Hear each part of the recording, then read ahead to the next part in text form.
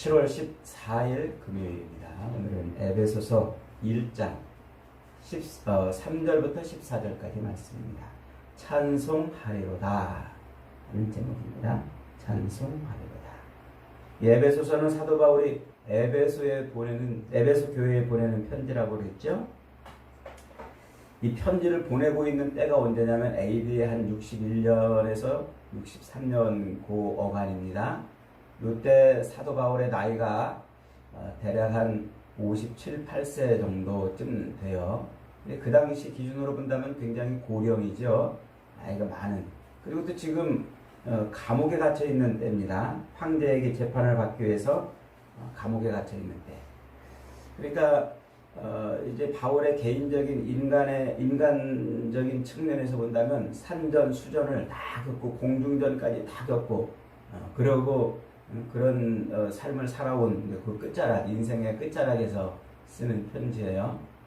그러니까 아주 인생의 그 내공, 그리고 신앙의 그 내공이 아주 최고조에 달했을 때 쓴 것이다, 이렇게 이제 말할 수가 있어요. 그래서 요 어간에 AD 61년에서 63년 어간에 요 에베소서뿐만 아니라 빌립보서, 그리고 골로새서, 또 빌레몬에게 보내는 편지, 이렇게 네 개를 썼다고 이제 알려지고 있는데, 요 네 권의 책이 그래서 굉장히 아주 신앙의 깊이가 굉장히 깊어요. 그리고 인생의 그 산전수전 공중전을 다 겪은 인생의 그 내공이 아주 굉장히 깊이 있어요. 문장 한 문장 한 문장, 단어 하나하나가 괜히 나온 것들이 아니에요. 그래서 요 에베소서, 빌립보, 골로새, 그리고 빌레몬서, 요것을 늘 자주 묵상을 좀 해보시기 바랍니다. 거의 외우다시피 이렇게 읽어도 좋습니다. 읽으면은 우리가 믿고 있는 하나님이 어떤 분이신지, 그리고 우리를 구원하기 위해서 십자가에 달려 돌아가신 그 예수 그리스도의 그 순종함이 무엇인지, 지금도 우리를 붙드시고 계시는 성령 하나님의 그 역사하심이 무엇인지를 아주 잘 알 수가 있어요. 그래서 로마서나 이런 성경도 귀합니다만 에베소, 빌립보, 골로새 그 성경을 아주 깊이 있게들 묵상을 좀 해보시기를 바랍니다. 오늘 우리가 읽은 이 본문 3절로 14절은 놀랍게도 202단어로 되어 있는 한 문장이에요. 우리가 우리말 성경에는 몇 문장처럼 보이지만 헬라어 원문에는 202단어를 가지고 쓴 한 문장이에요. 그래서 학자들이 다 놀래요. 기가 막힌 문장인 거예요. 신약 성경 중에서 제일 긴 문장이에요. 이게 이제 굴리면 굴릴수록 눈덩이가 점점 커지는 것처럼, 그렇게 요 하나님의 그 진리의 말씀이 점점 이렇게 커지는 그런 내용이에요. 지금 이 말씀은 그래서 우리가 공부해야 될 내용이 사실은 어마어마하게 많아요. 요 단어 하나하나, 표현 하나하나들을 전부 해설을 해야 되는데 그러려면 한도 끝도 없고, 그래서 아주 그냥 짤막하게 그냥 이렇게 개념만 설명하고 그렇게 넘어가도록 하겠습니다. 자, 그렇게 지금 1절로 2절에서 인사말을 끝내고 이제 편지의 본론으로 들어가는 그 첫 마디가 뭐라고 시작합니까? 3절입니다. 시작. 찬송하리로다. 하나님 곧 우리 주 예수 그리스도의 아버지께서 그리스도 안에서 하늘에 속한 신령한 복으로 우리에게 복 주시되, 그랬어요. 어떻게 시작하고 있어요? 찬송하리로다, 이렇게 시작하고 있어요. 지금 이 에베소서를 쓰고 있는 곳이 어디라고요? 감옥에서 쓰고 있어요. 물론 쇠고랑 차고 그냥 아주 어두운 캄캄한 그런 지하 감옥은 아닙니다만, 미결수들이 아직 재판을 받기 전에 있는 그런 범죄자들이 갇혀 있는 그런 감옥이에요. 어느 정도 좀 여유가 있고 활동할 수 있는 그런 감옥입니다. 그러나 어쨌든 감옥에 갇혀서 자기 마음대로 뭘 할 수 없는 그런 상태예요. 그런데 거기서 지금 첫 마디가 뭐예요? 찬송하리로다. 찬송할 여건도 안 돼 있겠거니와 찬송할 기분도 아닐 거예요. 우리 같으면 감옥에 갇혀서 찬송이 나오겠습니까? 그런데 지금 찬송하리로다 이렇게 시작해요. 이 찬송하리로다 이 말은 찬송 받으시기에 충분하다. 찬양 받으시기에 합당하다 이 말이에요. 그러면서 지금 뭐가 찬양 받으시기에 합당한지, 뭐가 찬송 받으기에 충분한지를 이제 4절부터 14절까지 설명하고 있는 거예요. 찬양 받으시기에 찬송, 바울이 그렇게 찬송하기에 충분한 이유가 뭡니까? 크게 세 가지예요. 첫째로 4절부터 6절까지죠. 성부 하나님께서 창세전에 그리스도 안에서 우리를 택하사 거룩하고 흠이 없게 하시려고 예수 그리스도로 말미암아 우리를 자기 아들들이 되게 하셨기 때문에 그렇다 그래요. 언제부터요? 언제부터 우리를 구원하시기로 하셨다고요? 창세전에. 창세전부터 우리를 구원하시려고 하나님이 우리를 콕 그때 찍어가지고 우리를 구원하시려고, 그래서 누구를 보내주셨다고요? 예수 그리스도를 보내주셨다고요. 그러니까 이미 오랜 창세전부터, 내가 이 땅에 태어나기 전부터, 이 땅에 태어나서 내가 선악간에 뭔가를 하기 전부터 하나님은 나를 콕 찍어서 구원하시려고 아들 예수 그리스도를 이 땅에 보내사 십자가에 매달아 죽이시는 그 일을 계획하시고, 그 일이 창세전부터 계획된 일이라는 거예요.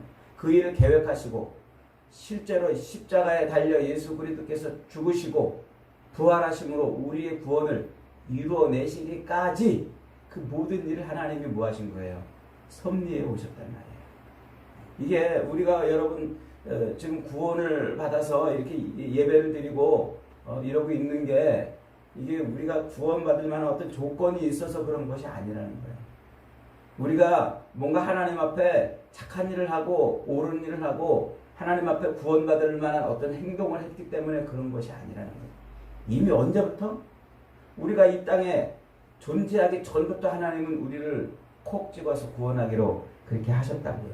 그리고 그 구원을 이루어내기 위해서 세상 역사를 굴려가시면서 십자가에 아들을 매달으시고 그 아들을 통해서 우리를 구원해 오셨다.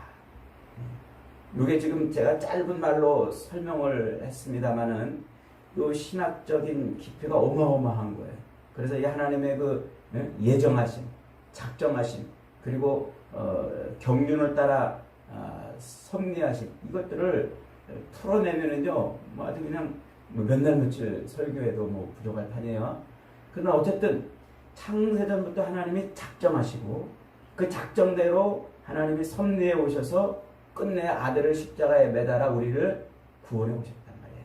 그래서 오늘 우리가 이렇게 하나님 앞에 구원받은 것이 뭐라고요? 이게 하나님의 어마어마한, 이루다 측량할 수 없는, 이루다 헤아릴 수 없는 그런 하나님의 작정하심과 예정하심 가운데서 섭리로 이루어졌다 이거예요. 이 작정하심과 예정하심은 나중에 뒤에 가서 한 번 더 자세하게 다루겠습니다. 그 다음에 두 번째 이유입니다. 7절로 12절이죠. 그렇게 아버지 하나님의 작정하심에 따라서 예수 그리스도께서 이 땅에 오시고 그 그리스도께서 십자가에 매달려 피 흘려 죽으심으로 우리의 죄를 용서해 주셨다는 거예요. 창세전부터 우리를 구원하시려고 예수 그리스도를 이 땅에 보내신 것이, 그것이 하나님 아버지의 작정하심인데, 그 작정하심이 한치의 오차도 없이 아주 정확하게 이루어졌고, 그리고 그렇게 하나님께서 작정하신 그 작정하심, 세상을 아들을 십자가에 매달아서 구원하시겠다는 그 작정하심, 그것을 뭐 했단 말이에요? 미리 세상에 쫙 알리시고 그 알리신 그대로 한치의 오차도 없이 이루어 오셨다는 거예요. 그리고 그것을 그 아버지 하나님의 그 작정하심을 이루기 위해서 예수님이 뭐 하셨다고요? 100% 순종하셨다고요. 그 아버지 하나님의 뜻대로 그것이 성취되도록 이루어지도록 예수 그리스도께서 순종하심으로, 그래서 우리가 구원을 얻었다는 겁니다. 그래서 그 놀라우신 하나님 아버지의 구원의 은혜와 예수 그리스도의 그 순종함의 그 은혜, 그거를 보면 우리가 찬송할 수밖에 없다는 거예요. 그 다음에 세 번째 이유가 13절로 14절입니다. 그렇게 해서 하나님께서 작정하시고 예수 그리스도께서 순종하심으로 우리가 구원을 얻었어요. 그 구원을 어떻게 하신다고요? 성령 하나님이 확증해 주신다고요. 도장을 팍 찍어서 인쳐 주셨단 말이에요. 그러니까 이 우리가 구원받은 그 구원이 이게 어쩌다 구원받은 게 아니라 우연히 구원받은 것이 아니라 창세전부터 하나님 아버지의 작정하심과 아들 예수 그리스도의 그 순종하심으로 이루어졌는데 그 구원을 어떻게 하신다고요? 성령 하나님이 지금 우리에게 확증해 주신단 말이에요. 너희가 어쩌다 구원받은 게 아니야. 지금 하나님의 이 놀라운 은혜로 구원받은 거야. 그러고서 그 구원이 변치 않고 구원이 취소되지 않고 어떠한 상황에서도 그 구원이 완성되도록 성령 하나님이 뭐 하신다고요? 도장을 찍었단 말이에요. 그래서 이 땅을 살면서 우리가 때로는 감옥에도 갇히고 때로는 강물의 위험과 동족의 위험과 그런 수많은 고통을 겪어왔던 그 사도 바울이 그 어떤 상황에서도 우리의 구원이 취소되지 않음을, 우리가 하나님 곁으로 천국으로 이르기까지 하나님이 우리를 내버려 두지 않으심을 성령 하나님이 확증해 주시고 우리를 끌고 가신단 말이에요. 이 세 가지 이유. 하나님 아버지께서 창세전에 우리를 구원하시려고 이미 찜하시고 그 계획대로 아들을 보내사 완전히 100% 아들의 순종함으로 우리 구원을 이루시고, 그리고 지금도 우리의 구원을, 우리로 하여금 그 구원을 성취하도록 우리 곁에서 우리를 도우시고 지키시고 좌절하지 않도록, 포기하지 않고 낙망하지 않도록 우리를 격려해 주시고 확증해 주신다.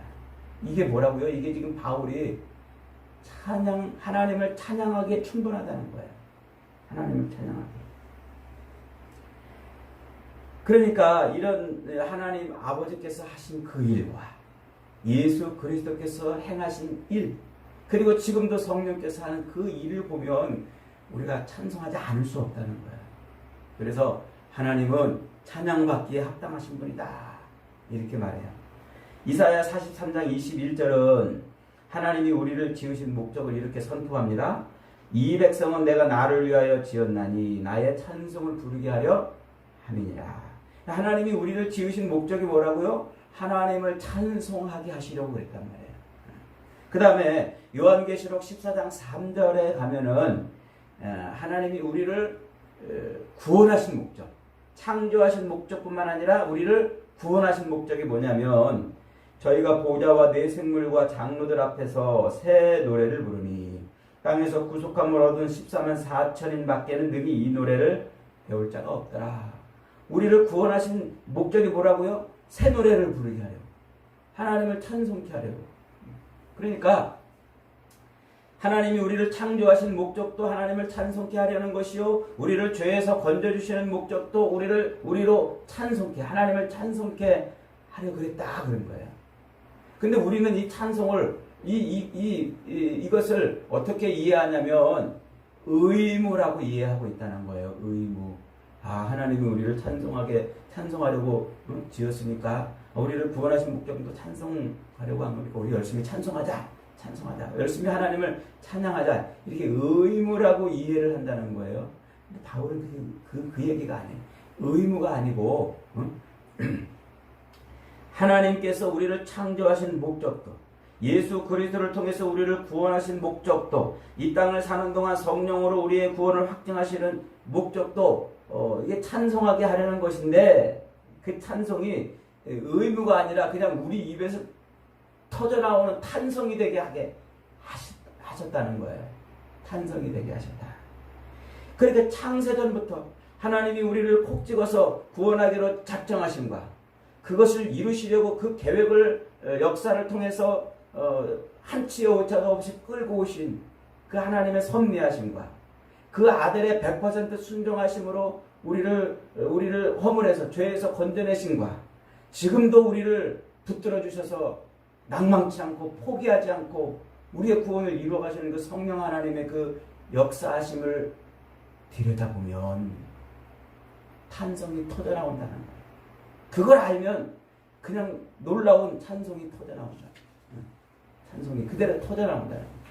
여러분, 우리가 간혹 여행을 가가지고 멋진 풍광을 보면은 우와 그러잖아요. 하다못해 저 대모산에 올라가가지고 요 밑에가 쳐다봐도 그 멋있는 거 보고 와 이러잖아요. 저 에펠탑 꼭대기에 올라가가지고 그 파리 시내를 내다보면서 그냥 와 그러잖아요. 얼마나 여행을 가서 그런 풍광을 보고도 그냥 이 탄성이 저절로 나오고, 어떤 누가 예술 작품을 그린 것 만든 거 이렇게 보면 와, 또 무슨 기계 같은 거 만들어내면서 야 이거 도대체 누가 만들었나 이런 탄성을 하잖아요. 지금 그렇다는 거예요. 하나님이 하신 그 일, 우리를 구원하시기 위해서 아버지 하나님이 행하신 일과 아들 예수 그리스도께서 순종하신 그 일과 그것을 끝내 성취하시기 위해서 성령 하나님이 지금도 우리를 끌고 가시는 그 놀라운 하나님의 역사하심, 그걸 보면 그냥 탄성이 저절로 나온다는 거예요. 찬성이 그냥 나온다는 거예요. 그래서 지금 바울이 찬송하리로다 이렇게 소개하고 있는 겁니다. 여러분 입에서 찬송이 나옵니까? 정말 하나님이 우리를 구원하신 것 생각하면서 정말 찬송해 본 적이 있나요? 그 십자가, 예수 그리스도의 그 십자가의 그 은혜를 생각해보고 입이 그냥 쩍 벌어질 정도로 찬송해 본 적이 있나요? 지금도 살아계셔서 이런 삶에서 우리를 지키시고 끌고 가시는 그 성령 하나님의 그 놀라우신 이끄심에 우리가 탐복하면서 입이 벌려진 적이 있나요? 없다면 우리는 어쩌면 그 하나님의 놀라우신 일을 모르고 있는 거예요. 하나님이 하신 그 어마어마한 일들을 아직 모르고 있는 거죠. 바울은 그걸 알면 찬송할 수밖에 없다고 지금 말하고 있는 거예요. 여러분, 세상 사람들은요, 하나님의 구원하심도, 예수 그리스도의 그 십자가 사랑도, 성령님의 은혜도 찬송하지 않아요. 왜요? 하나님이 안 가르쳐 주셨기 때문에. 하나님이 가르쳐 주시지 않았기 때문에 그들은 입술을 벌려 하나님을 찬송할 수 없어요. 그 자체가 뭐예요? 그게 저주란 말이에요. 그 자체가. 오늘 저와 여러분이 하나님을 찬양하고 하나님의 그 놀라우신 은혜를 찬송할 수 있다는 것은요, 이것은 하나님이 주신 놀라운 특권이고 은혜고, 이것은 하나님이 주신, 우리에게 주신 복이란 말이에요. 이 어마어마한 복.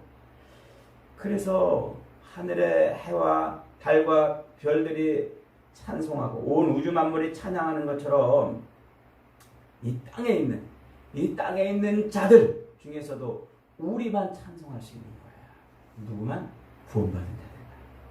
하나님의 그 작정하심과 예수 그리스도의 그 순종하심과 성령님의 이끄심에 그 비밀을 아는 우리만 찬송하는 거예요.